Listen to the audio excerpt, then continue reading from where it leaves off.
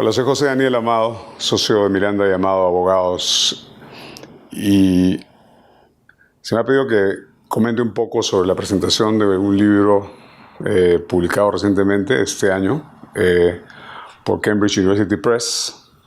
El libro se llama Arbitrating the Conduct of International Investors, y digo su título en inglés porque ha sido publicado en ese idioma.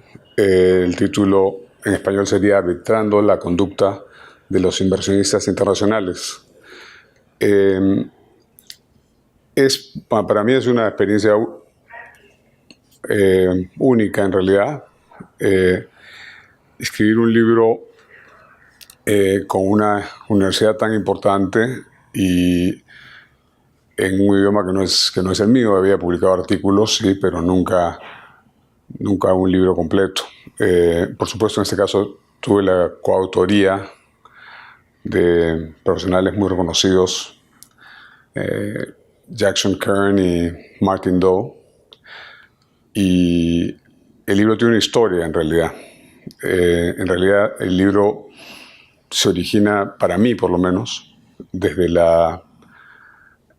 los años en que he asesorado a empresas inversionistas en proyectos de toda índole en el Perú y en otros países. Y luego, bueno, esa experiencia de alguna manera me llevó al tema del arbitraje, y en concreto al arbitraje de inversión.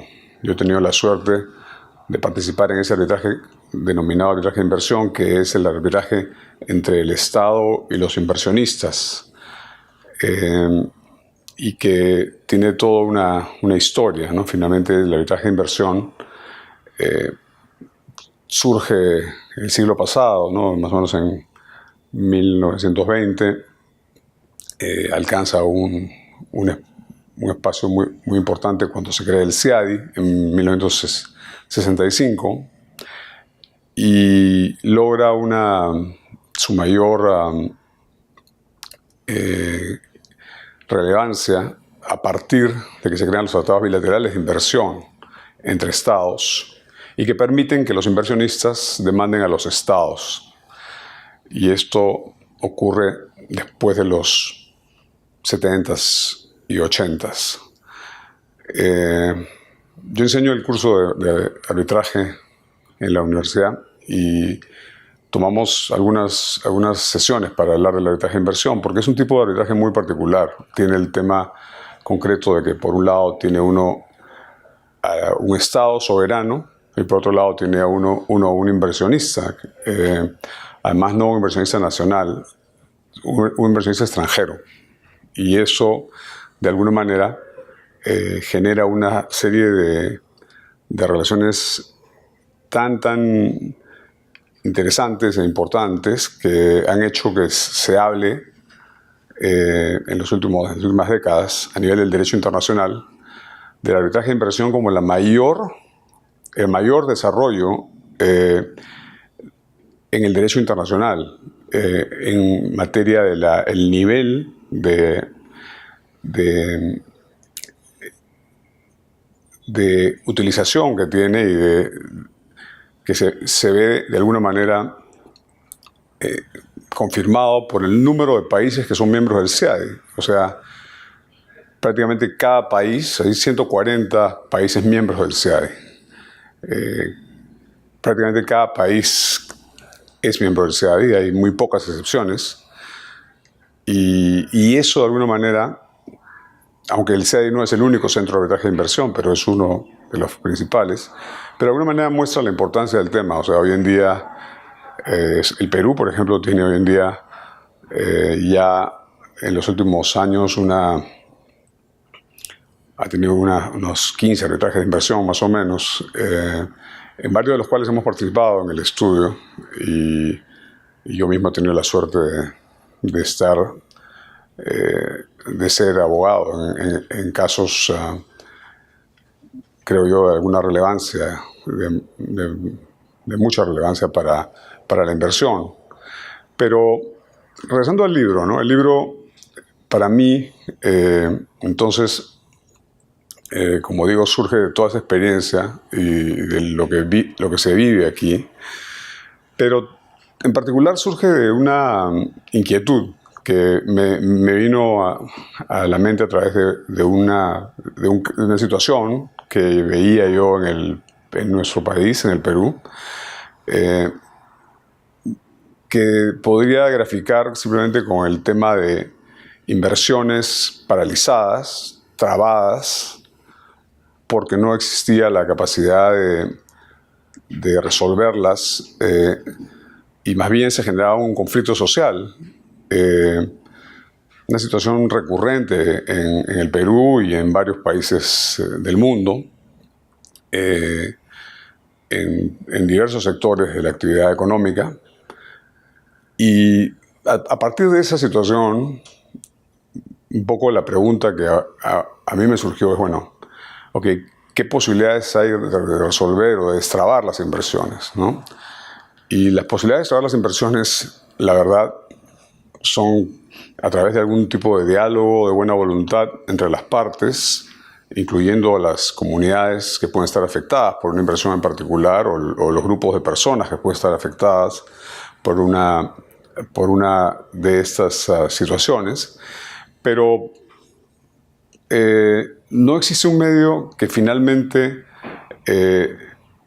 garantice el cumplimiento de las distintas promesas que se pueden haber hecho a las partes en una inversión que pueda tener algún tipo de conflictividad.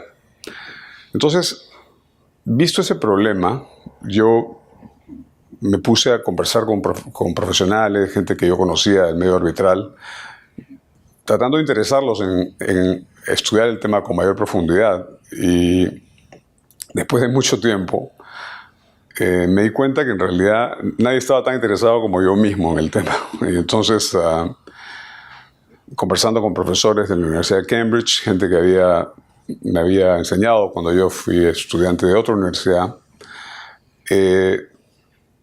finalmente me invitaron a ser un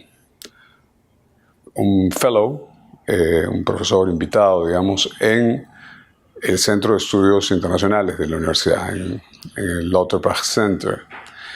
Y al mismo tiempo, una firma de abogados amiga me nombró una posición que me permitía algún nivel de comodidad, y me instalé entre Londres y Cambridge, y continué haciendo mi trabajo en la medida que podía, mi trabajo del estudio, pero basándome en esa oficina en Londres y en el propio Cambridge, pero al mismo tiempo comencé a estudiar este tema. Y la idea poco a poco fue calando, resultó siendo interesante, debido a que para el mundo arbitral había una serie de preguntas y una serie de discusiones sobre si el arbitraje de inversión estaba bien estructurado o no lo estaba. Y parte de la discusión que se daba era si de alguna manera era un camino de una sola vía, o sea, solamente había la posibilidad de que los inversionistas demanden a los estados, y que eso, supuestamente, según muchas personas que tomaban una posición más bien, yo diría, ideológica, mucho más que jurídica, generaba una serie de efectos en el sistema, ¿no? Entonces, me puse como idea asumir el reto de encontrar más bien respuestas jurídicas en el derecho internacional que pudiesen, de alguna manera, hacer frente a esta misma pregunta y a ese mismo objetivo de alguna manera, crear un sistema más balanceado que pudiese finalmente resolver aquellas situaciones que me habían de alguna manera llevado a iniciar esta investigación. Entonces, todo este trabajo se realizó a través de varios años. En realidad, la primera vez que fui a Cambridge fue en el año entre 2013 y 2014 fui por un semestre académico. Y luego hice unas visitas en los años siguientes de un mes más o menos y bueno, seguí escribiendo desde Lima. Logré incorporar, tuve la suerte además de incorporar a estos colegas que se sumaron a la idea de escribir juntos el libro y la verdad es que fue muy grato porque teníamos a una persona en el grupo que había trabajado mucho con inversionistas, que soy yo, pero teníamos también a una persona que había trabajado mucho por el lado de los estados y a otra persona que había trabajado más bien en uno de los centros de arbitraje más importantes, de arbitraje de inversión. Entonces tenía una posición, digamos, de haber visto muchísimos casos desde un punto de vista más neutral. Entonces, el grupo era ideal para rebotar las ideas, para ver si las ideas que ya se habían, que yo mismo ya tenía en mente, funcionaban desde la perspectiva de los tres autores del libro. Lo interesante de todo esto es que, bueno, en el camino yo publiqué en el 2014 un paper, o sea, en la página web de la Universidad de Cambridge,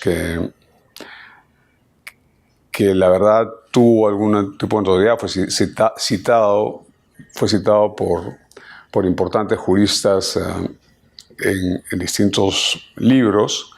A raíz de eso se me invitó a la reunión anual de la American Society of International Law, la Sociedad de Derecho Internacional de los Estados Unidos, a dar una ponencia que también ha sido publicada, siempre sobre el mismo tema, ¿no? Pero como digo, la idea del libro entonces fue creciendo, ¿no? Entre un año y el otro, perdón. La idea del libro fue gestándose, fue consolidándose y cada vez había un poco más de impulso y de inspiración, de alguna manera, sobre ideas que pudieran de alguna manera resolver los temas que nos habíamos planteado.